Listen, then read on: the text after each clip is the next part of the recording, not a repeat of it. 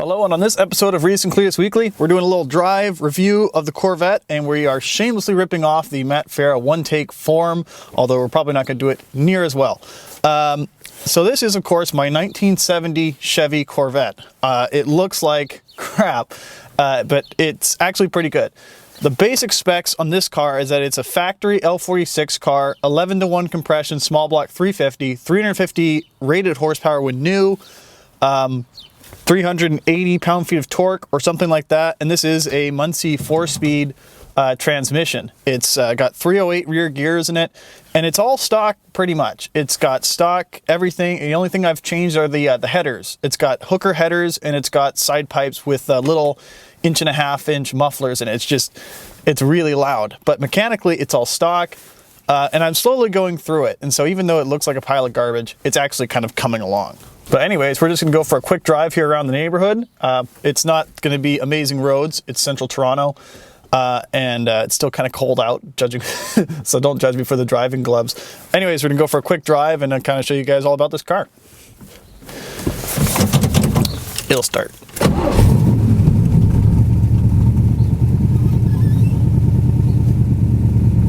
So again, it's really loud because it's got the side pipes. But when I got the car, I knew it had to have the side pipes. You can't have a Corvette and not.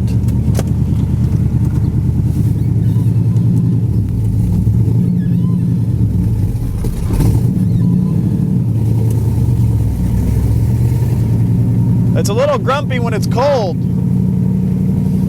So basically, I've always wanted a Corvette. And when I started driving them, I started learning what they're actually like to drive. And the first thing all the books and magazines don't tell you is how they're actually really small. You know, you see them on these, still very cold. You see them in these magazines and they always look so big and they're always on the magazine spread, but they're actually a really small car. I would ballpark it at a few inches bigger than an MGB in every dimension. An MGB is not a big car. The other thing is I noticed how low you sit in this thing. Like, it is a low car, especially for old cars, it's low. But the ground clearance is actually pretty good. I don't find that I bottom out over speed bumps and all that very often. The lowest part of the car is the side pipes, so you gotta be careful, but it's not bad. Visibility is obviously great. I really like this car, all 60s cars, that they have little dainty pillars. They won't help you in a crash, but you can see very well.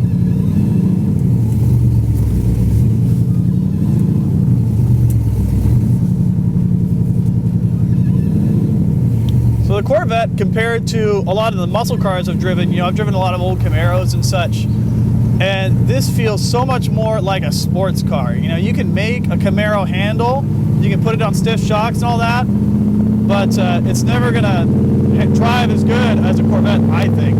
Let's listen to it.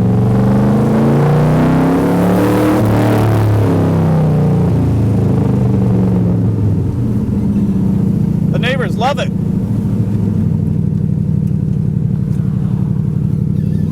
Yeah, I just feel like the Corvette, compared to a lot of the other 60s muscle cars, it just feels a lot more like a sports car. You know, it feels closer to a sports car than a muscle car, and the Corvette kind of splits the difference between those two groups. I've never driven a big block Corvette, but I'd love to try. But the car feels like it's really neutral. We had this car on an autocross for an episode of Reidus and Cletus, and that was a ton of fun, actually. It handles really well.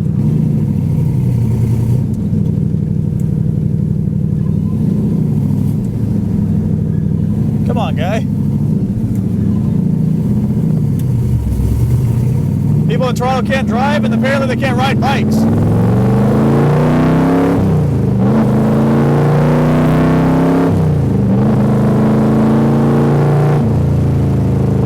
My favorite part about this car has to be the sound. I just love the bellow of those side pipes. They just roar. And because there's no crossover, I feel like it gives it a bit different sound than a lot of the other loud, you know, muscle car kind of things. I mean, the thing is that shocks me is how fast this thing is, because today, like, you have to remember 350 old horsepower, their old rating system is essentially like 280 in modern horsepower.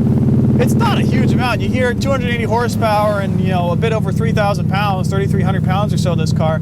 it doesn't sound like it would be so earth-shattering, but this thing is so fast. It is so fast. And I know old cars just feel fast, but you know, I'm thinking this thing's got to be 6 seconds to 60 or something. It's pretty quick.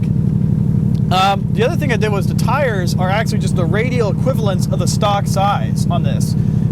You know, a lot of people run really big tires on these muscle cars, and I went with the stock size. This is actually just a 225 section, regular radial, regular tread. It's not a hot compound. And I did that because it's really fun to kind of slide around. You can actually feel it mid-corner kind of shifting around on you, and I don't know, it does better burnouts that way. I felt if I had big sticky tires on it, it wouldn't be as fun.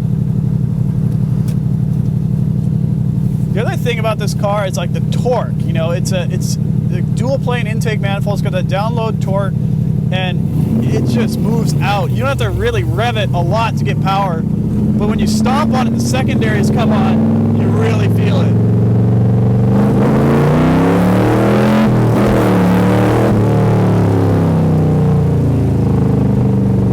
There's only so much you can really run a car in Toronto. You can't really go that far. When the summer comes and the roads are a bit more clear, I might take it a bit farther. I think our plan with Alex is eventually to take it on a really long road trip. We might take this thing to Maine or something. But in the meantime, putzing around the city in first and second we'll just have to do. My car also, I believe, has a stock unopened engine. I don't think, this thing has about 100,000 miles on it. And I would be surprised if it's been opened up for any kind of major work at all. This thing is like stock. But that's kind of fun.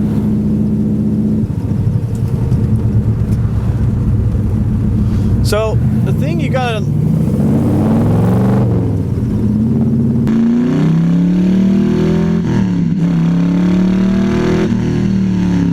The other thing that surprised me when I started actually driving this car is how stiff and how good the suspension is. It's just the right amount of sports car stiff. It doesn't pummel you around, but it doesn't seem to have a whole lot of roll either. And we've been pretty abusive to it on the autocross course, you know, whacking the steering wheel full lock and all that, and it seems to cope just fine. The corner's really flat. We're still trying to get the steering dialed in. You can see it needs an alignment pretty bad, but it's a lot of fun. Making sure we didn't lose our camera.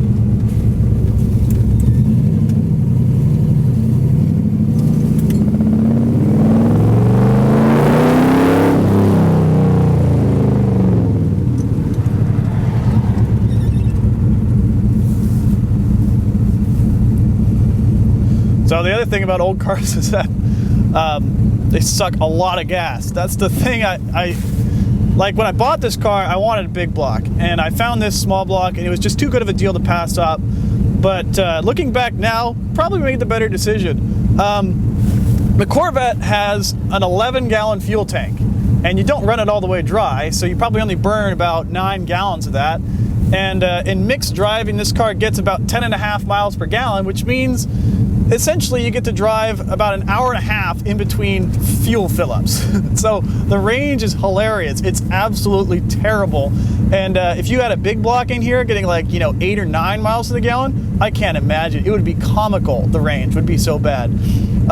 So yeah, never thought fuel economy would be an issue, this big of an issue, but it's actually something to consider if you're, you know, buying one of these, leaning between the small block and the big block. The small block's probably the way to go, honestly. The big block's got the numbers and the power, but I don't know. I'll have to drive one and find out what they're all about.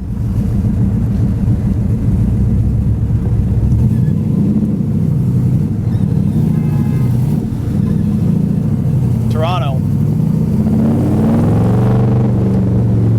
It is nice to always be able to fit into a gap in traffic. There's no merge ramp too short in the Corvette. That's pretty fun. I gotta say, at this point, I'm pretty disappointed in the quality of the steering. That's the one thing that lets it down the whole sports car thing. It's got good brakes, you know, vented 4-piston disc brakes at every corner. It's got lots of power, good transmission. The thing is, the steering sucks. And I know mine needs an alignment, but I just did a flexible coupling in it. I'm gonna replace the steering box as well. But I just wanted to handle how it should, I feel. So I'm going to hold out judgment on the steering until I've gone all the way through it. I think the other thing to talk about is the quality of the shifter. The shifter, this Muncie, I think it's an M21. I don't think it's the heavy-duty M22. This is a regular M21 wide ratio 4-speed. It is fantastic. It is like the best shifter and clutch I've ever used in an old car. Like, this thing is just bolt. Like, it's got a medium throw. You just kind of slam it from gear to gear. Super short, super narrow gate. The throws are kind of long. But it is a great shifter. You can just absolutely bang this thing into gear. The gates are really well defined. Reverse is kind of hard to find, but you don't really need that. I can't give any more praise on the shifter. The shifter is fantastic. Anyways, I don't know if there's really much more to say about this car, but I just love this thing. I think this car is so great. If you're buying one out there, you won't be disappointed by the driving experience if you buy one of these early, pre-smog cars. They are the real deal. Anyways, thanks for watching, and tune in to the next episode of Reidus and Cletus Weekly. We'll be doing something hopefully a little more interesting than poodling around the city. Thanks for watching.